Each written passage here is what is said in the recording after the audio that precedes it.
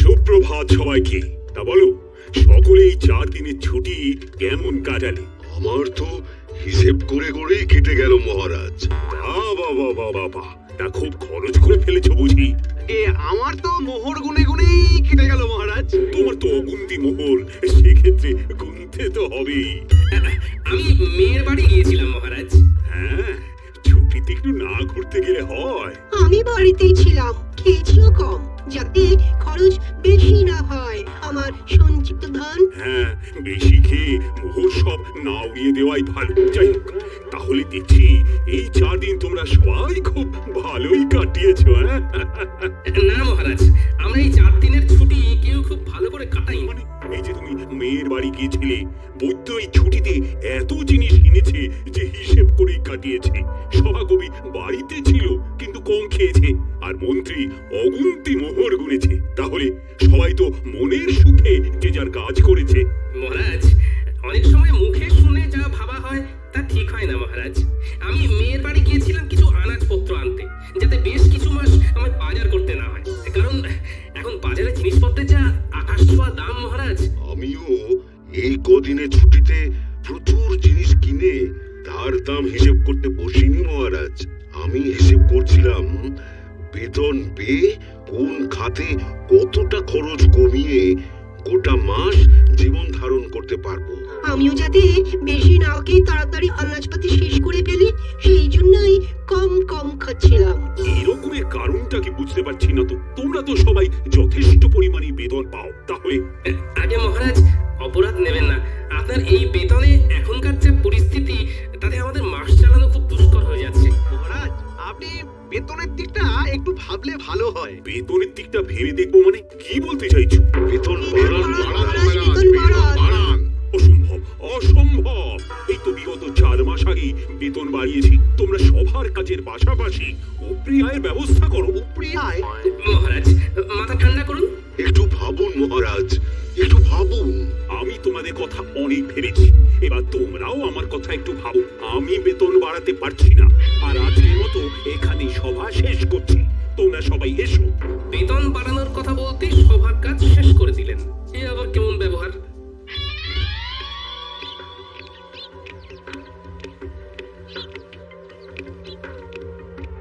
একি মহারাজ, আপনি এখন এই অসময়ে? হ্যাঁ, চলে এলাম আর কি। সবাই একটু গন্ডগোল হয়েছে। তারা বেতন বাড়াতে বলছে রানী। যা বেতন পাচ্ছে তাতে নাকি জিনিসপত্রের বাজারে যা আকাশ ছোঁয়া দাম, তাতে হচ্ছে না। আপনি কি বলেছেন শুনি? আমি বলে দিয়েছি বেতন বাড়ানো এখন অসম্ভব। আমি ওদেরকে বলেছি উপরি আয়ের ব্যবস্থা করতে। সে কথা শুনে সবাই কি বললেন? সবাই আকাশ থেকে পড়লো। একটা কাজ করুন না মহারাজ, আপনার পশ্চিম দিকের যে মাঠটা রয়েছে সেইখানেই ওদের জন্য কিছু ব্যবস্থা করে দিন না। তোমার কথাটা মাথায় থাকলো, তবে 2 দিন বাদে বলবো। আগে দেখি ওরা কে কি করে। বেশ। গিন্নি, ও গিন্নি, বলো। এ কি গো গিন্নি, তুমি শুয়ে আছো? শরীর খুব খারাপ নাকি? দেখি দেখি। এমা, তোমার গা তো জ্বরে পুড়ে যাচ্ছে। কিছু খাওনি নাকি? আমি উঠতে পারছি না। আজকে রান্নাটা যে কি করে করব বুঝতে পারছি না গো। রান্না নিয়ে কিছু ভেবো না, ও আমি করে নিচ্ছি। তুমি শুধু চুপটি করে শুয়ে থাকো দেখি। না, সে কি করে হয়? তোমার এসব রাধা বাড়া অভ্যেস নেই। আরে তোমারও কি জন্ম থেকেই স্বামীর সাথে ঘর করার অভ্যেস ছিল? হ্যাঁ, সেই তো আমার সাথে বিয়ের পরে অভ্যেসটা হয়েছে। আমার কথা আলাদা, আমি মেয়ে মানুষ। বারে বা, বেটা ছেলে বলে কি রান্নার অভ্যেস, তা আবার কদিনের জন্য হবে না? এই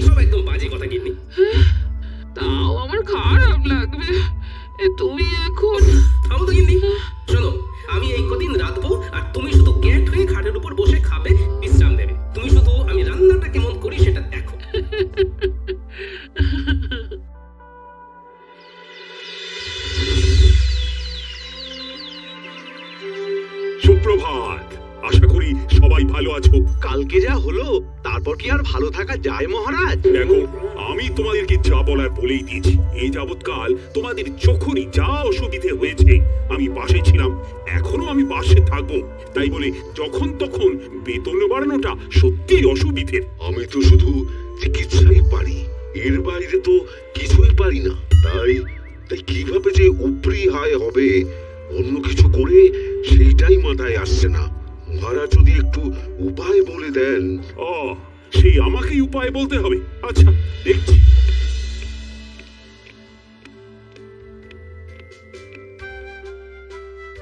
মহারাজ, বলছি কি, সুপ্রভাত রানীমা। সুপ্রভাত। আশা করি সকলে ভালো আছেন। ভালো নেই, খুব সমস্যায় আছি রানীমা। তা আজকে গোপাল আসেনি কেন? তাই তো, তালে গড়ে খেয়ালই নেই। আগে মহারাজ, আমি এসেছি। এ কি গোপাল, এত দেরি হলো যে? তোমার শরীর ঠিক আছে তো? আমার শরীর তো ঠিক আছে, কিন্তু কিন্তু আমার গিন্নির শরীর ভালো নেই। তাই ঘরের কিছু কাজ সামলে রান্না করে আসতে গিয়ে দেরি হয়ে গেল।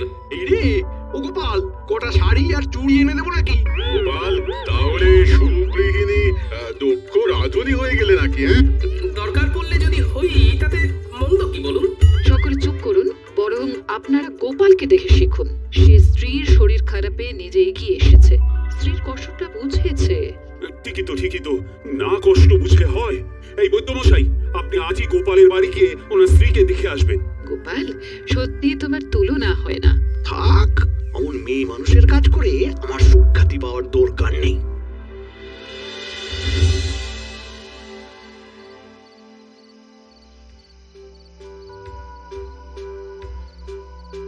কি ব্যাপার রানী, এমন উদাস ভাবে বারান্দায় দাঁড়িয়ে?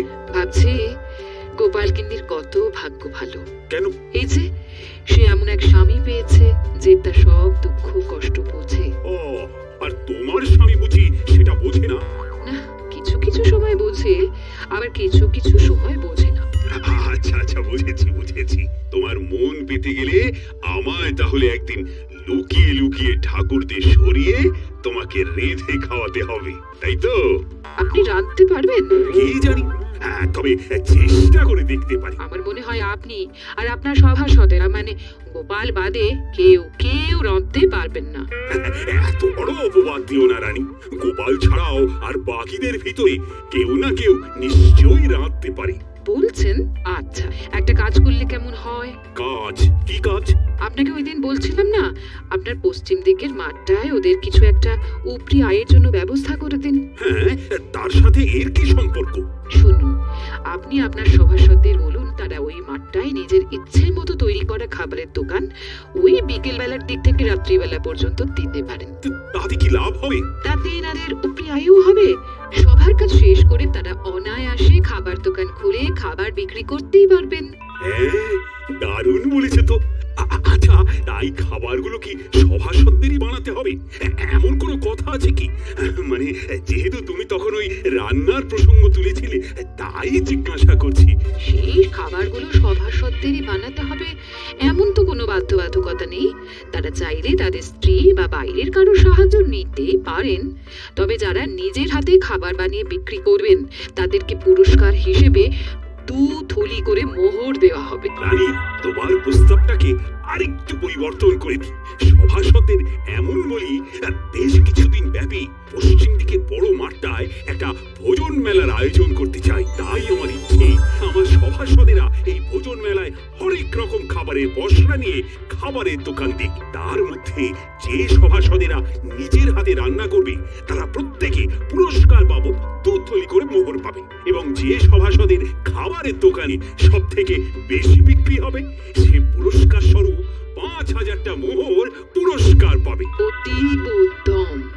শুধু উপরি আয়ের জন্য ওনারা সবাই খাবারের দোকান খুলতে রাজি নাও হতে পারেন, তার থেকে পুরস্কারের কথা বলে মেলায় খাবারের দোকান খোলার প্রস্তাব দেওয়াটা একদম উপযুক্ত। আপনি কালকেই ঘোষণা করে দিন মহারাজ।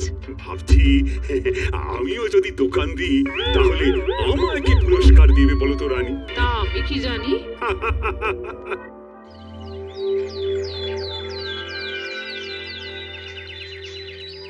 হ্যাঁ, তোমার তোমাদের সকলকে আজ একটু তাড়াতাড়ি ডাকার পিছনে আমার একটা বিশেষ উদ্দেশ্য আছে। কি উদ্দেশ্য মহারাজ? আমি তোমাদের সকলের উপরি আয়ের জন্য একটা পদ ভেবেছি। বাহ বাহ, বাহ বাহ। বাহ। কি উপায় আপনি ভেবেছেন মহারাজ? আমি আমার পশ্চিমের মাঠটায় একটা ভোজন মেলার আয়োজন করতে চাই। সে অতীব ভালো, কিন্তু মেলায় গেলে তো খাবার কিনতে কিনতেই প্রচুর খরচ হয়ে যাবে। তাহলে এভাবে আমাদের উপরি আয় হবে কি করে মহারাজ? নিজের দোকান থেকে খেলে ব্যয় হবে না মন্ত্রী। নিজের দোকান মানে? আপনি কি ওই মেলায় আমাদের দোকান দিতে বলছেন মহারাজ? একদম ঠিক। আমি চাই পশ্চিমের মাঠে আয়োজিত সারা কৃষ্ণনগর ব্যাপী ভোজন মেলায় সাধারণ প্রজাদের পাশাপাশি আমার সভাসদেরাও খাবারের দোকান দিক। দোকান দিলে উপরে আয় হবে বটে, কিন্তু দাঁড়াও, আমার ঘোষণা এখনো শেষ হয়নি। আমি ঠিক করেছি আমার সভাসদদের ভিতরে যারা নিজেরা হাতে করে খাবার বানিয়ে বিক্রি করবে তারা প্রত্যেকে 2 থলি করে মোহর আমার তরফ থেকে পুরস্কার পাবে। আহা, দাঁড়াও, এখনো তো কথা শেষ হয়নি। আর যে সভাসদের দোকানে সব থেকে বেশি বিক্রি হবে সে আমার তরফ থেকে পুরস্কার বাবদ 5000 মোহর পাবে। তার মানে খাবার বেশি বিক্রি করতে পারলে 5000 মোহর পুরস্কার, আর নিজের হাতে খাবার বানাতে পারলে 2 থলি মোহর পুরস্কার। আবার নিজে খাবার না বানাতে পারলেও অন্য কারোর সাহায্য নিয়ে উপরি আয়ের জন্য দোকান দেওয়া যাবে, তাই তো মহারাজ? একদম। এই মেলা প্রায় মাসখানেক চলবে। তাহলে তোমরা কি ভাবছো? মানে আমার প্রস্তাবে কি রাজি হবে? আমি রাজি মহারাজ। আমি দোকান দিতে রাজি, যদি হেরেও যাই বাজি। আমিও রাজি, আমিও দোকান দেব। মহারাজ, দোকান না দিয়ে সবার দোকানের খাবার চেখে দেখার জন্য কোনো পুরস্কার নেই না? মন্ত্রী, মানে মহারাজ, আমিও সবার মতো দোকান দেব তাহলে। বেশ, তাহলে সবাই প্রস্তুত হয়ে নাও। 3 সাতেকের পরেই শুরু হবে ভোজন মেলা। ও হ্যাঁ, মনে আছে তো সবার, কালকে আমাদের ছুটির দিন, রাজসভা বন্ধ। হ্যাঁ মহারাজ।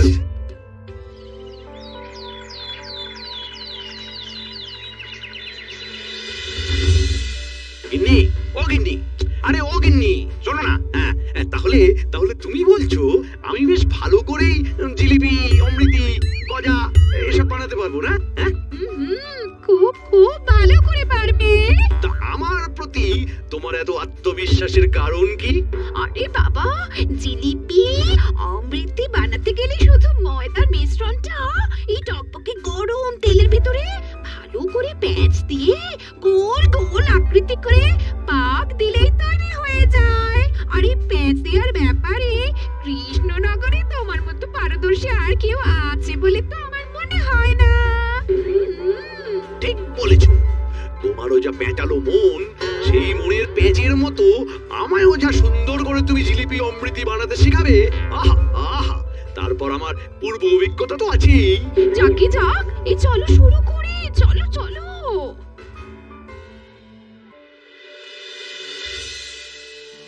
বলি, ও গোপাল, আমার দ্বারা এসব হবে না। আমি আগে কখনো রান্না করিনি। হবে না মানে? সব হবে। তুমি নিজে না একজন বিজ্ঞানী, তুমি এরকম করলে হবে? চেষ্টা করলে সব হয় বন্ধু। আগে গোল গোল লুচি বানাতে শিখতে হবে, তারপর আলুর দম। গিন্নির থেকে সব জেনে এসেছি। এর থেকে সূত্র বা কোনো যন্ত্র আবিষ্কার করা অনেক সহজ। মেলা বেলা হয়ে যাচ্ছে বন্ধু। ইস, এরকম যদি কোনো যন্ত্র থাকতো যার দ্বারা আপনা আপনি খাবার হয়ে যেত। আগে লুচি আলুর দমটা শেখো, তারপর তুমি ওরকম যন্ত্র আবিষ্কার করো, কেমন? না, মানে কোনো ইয়ে টিয়ে নয়, চুপচাপ কাজে নামো। তুমি তো জানোই আমি ছড়ার পাত্র নই।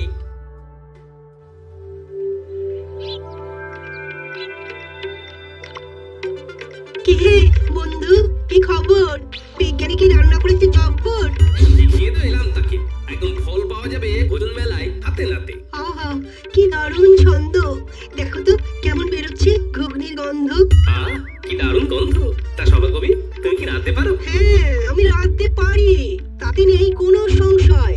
সেই জন্যই মেলায় বিকাবো ঘুগনি ও মুড়ি মহাশয়। সাবাস বন্ধু, সাবাস। তা তুমি কি বেচবে গোপাল? ঠিক করেছো কি ঘুম থেকে উঠে সকাল সকাল? না বন্ধু, কিছু ঠিক করিনি এখনো। দেখি কি বিক্রি করি। হ্যাঁ, তাড়াতাড়ি ঠিক করে ফেলো, কারণ খুব তাড়াতাড়ি দিন যে ঘনিয়ে এলো। গোপাল, ভেবেছি চপের দোকান দেব, কিন্তু বেসন খুলতে গিয়েই তো কাল ঘাম ছুটছে। আপনার এই দুই হাতে নিজে এত পাচন বলেছেন, আর এখন বেসন বলতে গিয়ে নাকানি চোখানি খেলে হবে? আমার ভয় করছে গোপাল। দেখি তো আমার সামনে আপনি বলতে বসুন, কেমন ভয় লাগে আপনার দেখি। গোপাল, তুমি পারো বটে। একবার হাঁক দিলাম আর তুমি সাহায্য করতে চলে এলে। বৈদ্যমশাই, আমরা একই রাজ্যের লোক, তাই বিপদে ডাক শুনেও মুখ ঘুরিয়ে না শোনার ভান করে বসে থাকলে হবে?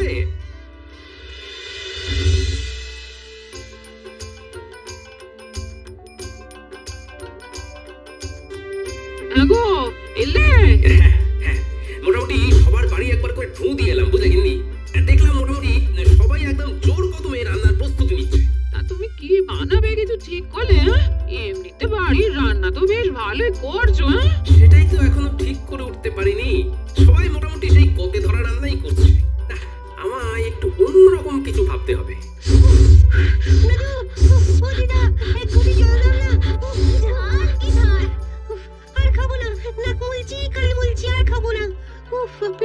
দাঁড়া দি, কিন্তু কি খেয়েছিস বলতো?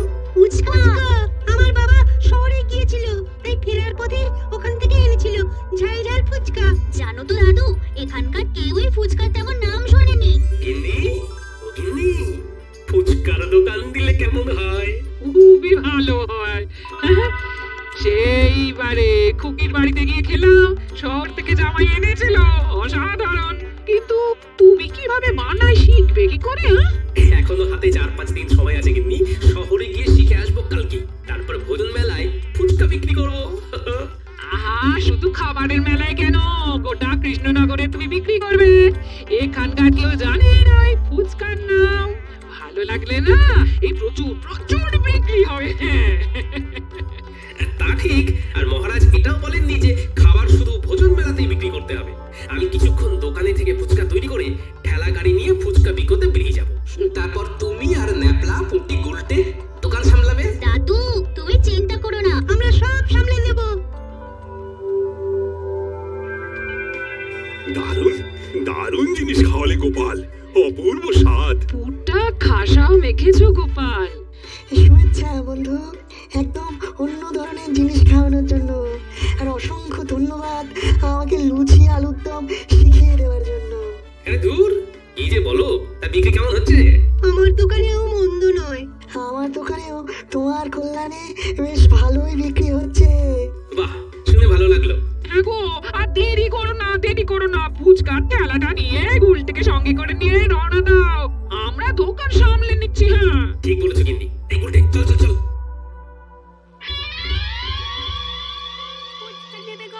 ফুচকা ফুচকা নেবে গো, ফুচকা।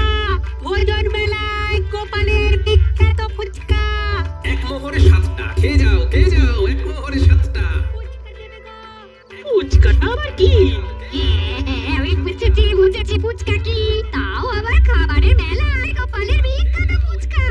চল চল চল, খেয়ে দেখবি চল, বাকি দুটো ডাক। একটু ভালো খেতে আরো দিন আমি ফুচকা দিই। দাদু, মন বলছে এই এক ঠেলা গাড়ি ফুচকাটা নিমেষেই শেষ হয়ে যাবে। দেখে নিও দাদু, তুমি হবে সেরা বিক্রেতা। দূর পাগলা, সেরা বিক্রেতা না, সর্বোচ্চ বিক্রেতা। দুটো একসাথে বললো কিন্তু মন্দ লাগবে না।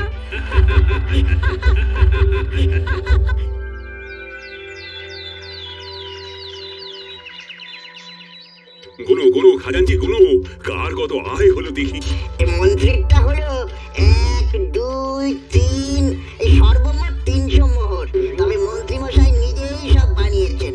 বেশ বেশ, পরে চল। পরের জন হলেন বিজ্ঞানী বাবু, তার মোহর 1, 2, 3, সর্বমোট 900 মোহর।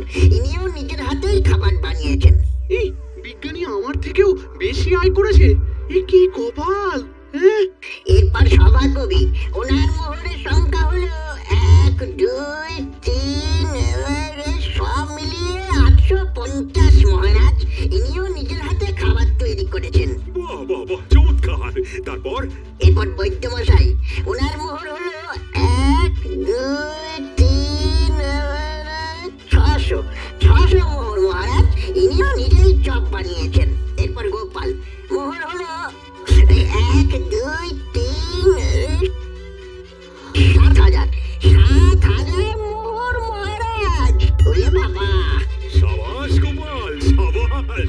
তুমি বিজেতা।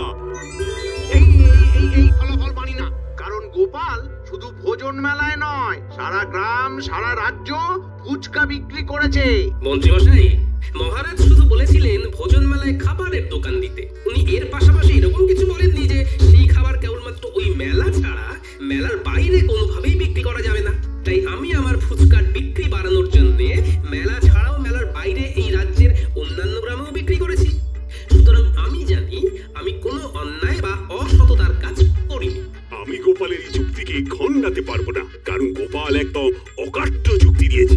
ধন্যবাদ, ধন্যবাদ গোপাল। তুমি আরেকবার আমাদের চোখ খুলে দেখিয়ে দিয়েছো যে কিভাবে সততার সাথে পরিশ্রম করে নিজের আয় বাড়ানো যায়, কিভাবে বুদ্ধি খাটিয়ে কোনো নতুন জিনিসকে সবার সামনে তুলে ধরা যায়। সেই জন্যই তো গোপাল আমাদের সবার থেকে আলাদা। নাও আনো এবার পুরস্কারটা, তার সাথে সবাই মিলে বলো গোপাল আমাদের সেরা, তাই ধন্য হয়েছি মোরা। গোপাল আমাদের সেরা, তাই ধন্য হয়েছি মোরা।